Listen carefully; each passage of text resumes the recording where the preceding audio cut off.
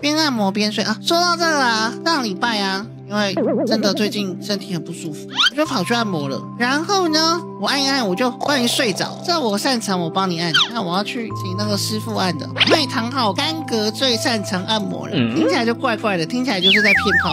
我就去给人家按那个肩颈跟背，像这种按摩就是要趴着嘛，那种按摩床有一个洞的那个，就是把头放进去的那种按摩床。然后按一按我就睡着，就然后就被自己吵醒一下，就好丢脸哦！打呼了又醒来，就受不了，因为我上个礼拜也只睡了差不多2-3个小时，那睡一睡被自己吵醒，被自己吓醒，哎呦打呼了，超丢脸的，超级丢脸。那个按摩的师傅一定觉得这个人怎么那么奇怪。